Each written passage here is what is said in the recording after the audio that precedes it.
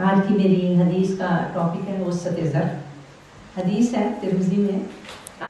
حضرت عمر حسن جشمی اپنے والد سے روایت کرتے ہیں کہ انہوں نے کہا، انہوں نے سوال کیا رسول اللہ صلی اللہ علیہ وسلم سے، اے اللہ کے رسول صلی اللہ علیہ وسلم، اگر میں کسی شخص کے پاس سے گزروں اور وہ نہ تو میرا ملنے کا حق ادا کرے اور نہ میری ضیافت کرے، اس کے بعد اس کا گزر میرے پاس سے ہو، تو میں اس کی مہمانداری کروں یا میں اس سے کم ظرفی کا بدلہ لوں؟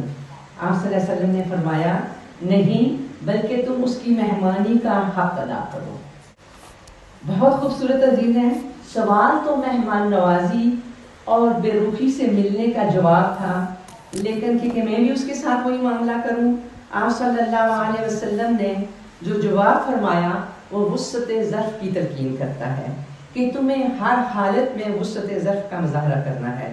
کوئی تمہارے ساتھ کیسا سلوک کرتا ہے، تمہیں اس کی پرواہ نہیں ہونی چاہیے. کسی شخص کی تنگ دلی اور کم ظرفی سے متاثر ہو کر تم اپنے اخلاق کو ہرگز نہ بدلو. اور اسی موضوع کو وسعت ظرفی کے موضوع کو ہی طبرانی کی ایک حدیث واضح کرتی ہے. رسول اللہ صلی اللہ علیہ وسلم نے فرمایا، تم مومن ہو نہیں سکتے جب تک تم ایک دوسرے پہ رحم نہ کرو. صحابہ رضی اللہ نے عرض کیا کہ ہم میں سے ہر ایک رحیم ہے یا رسول اللہ. آپ صلی اللہ علیہ وسلم نے فرمایا، میرا مطلب یہ نہیں ہے کہ تم میں سے کوئی اپنے ساتھی پہ رحم کرے، بلکہ مراد رحمت عامہ سے ہے، اور ہر ایک کے ساتھ تمہارا معاملہ وسعت ظرف اور رحم کا ہو. تو الحمدللہ سب سے پہلے ہم اپنے جسم کی بات کرتے ہیں کہ انسان روح اور جسم کا مجموعہ ہے. جسم کی خوراک کے لیے اللہ سبحانہ و تعالیٰ نے بے انتہا ذرائع پیدا کیے. دنیا پھولوں سے سجا دی اور کھانے کے بے شمار، اور پھر آج کل ٹیکنالوجی کی ترقی نے رہتی کسر بھی پوری کر دی. کھانے کی ہر قسم کی ڈشز کے لیے ہمارا انتظام ہو گیا ہے. لیکن روح کی غذا یا باطن کا رزق جس پیالے میں ملتا ہے اسے کاسہ ظرف کہتے ہیں. سبحان اللہ، وہ ہمارے اندر پڑا ہوا ہے، اندر ہے وہ کاسہ ظرف. وہ جتنا بڑا ہوگا اتنا ہی اس بندے کا اخلاق بڑا ہوگا.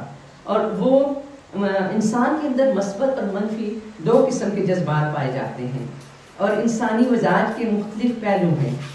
وہ ان رویوں کے ساتھ دوسروں کے ساتھ تعلقات رکھتا ہے.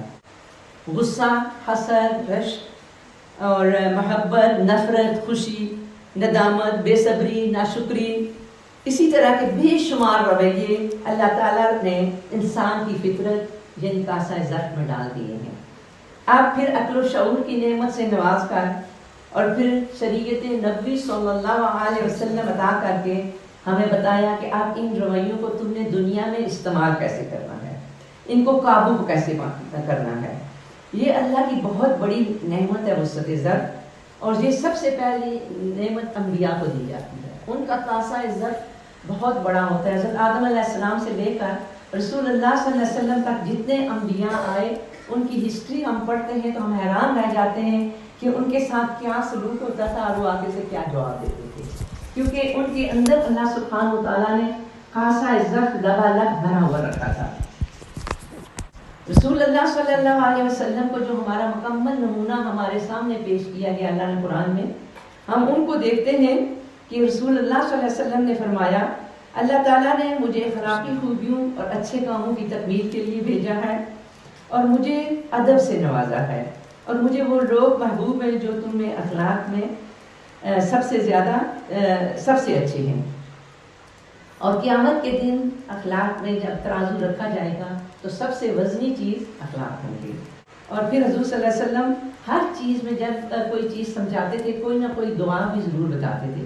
پھر دعا سکھائی ہمیں، وَاهْدِنِي لِأَحْسَنِ الْأَخْلَاقِ لَا يَهْدِي لَأَحْسَنِهَا إِلَّا أَنْتَ وَاصْرِفْ عَنِّي سَيِّئَهَا لَا يَصْرِفْ عَنِّي سَيِّئَهَا إِلَّا أَنْتَ. اے اللہ، میرے سب سے اچھے اخلاق کی طرف میری رہنمائی فرما. تیرے سوا اچھے اخلاق کوئی دے نہیں سکتا، دکھا نہیں سکتا، اور برے اخلاق سے مجھے بچا، اور تیرے سوا کوئی برے اخلاق مجھ سے دور نہیں کر سکتا.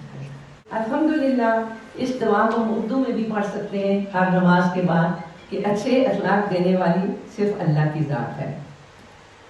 ہم دیکھتے ہیں کہ حضور صلی اللہ علیہ وسلم کے اخلاق کا مثبت رویہ جب آتا ہے تو ہم دیکھتے ہیں کہ آپ کی پوری زندگی غصے ظرفی کے بہترین درس پہ گزری. طائف کے سفر میں ذرا آپ اندازہ لگائیں، اوباش لڑکے پیچھے لگے ہوئے ہیں، جسم دم رفان ہے اور دل کرچی کرچی ہے، اور پھر پہاڑوں کا فرشتہ آتا ہے تو حکم دے ان کو پیس دیا جائے تو کیا فرماتے ہیں؟ شاید ان کو معاف کر دیں، ان کی نسلوں میں سے کوئی مسلمان نکلے. سبحان اللہ. اسی طرح ہم دیکھتے ہیں کہ نبوت کا کاسا کتنی وسعت تھی اس میں.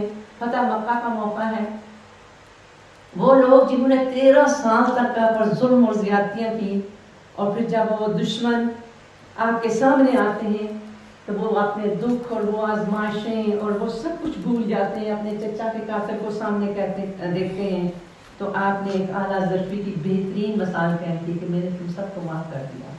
اللہ تعالیٰ ہمارے اندر وہ بس ڈالے. پھر ہم دیکھتے ہیں کہ صحابہ اکرام رضی اللہ جنہوں نے آپ کو دیکھا، آپ کی صحبت اختیار کی، کس طرح وہ چیزیں ان کے اندر جذب ہو گئیں.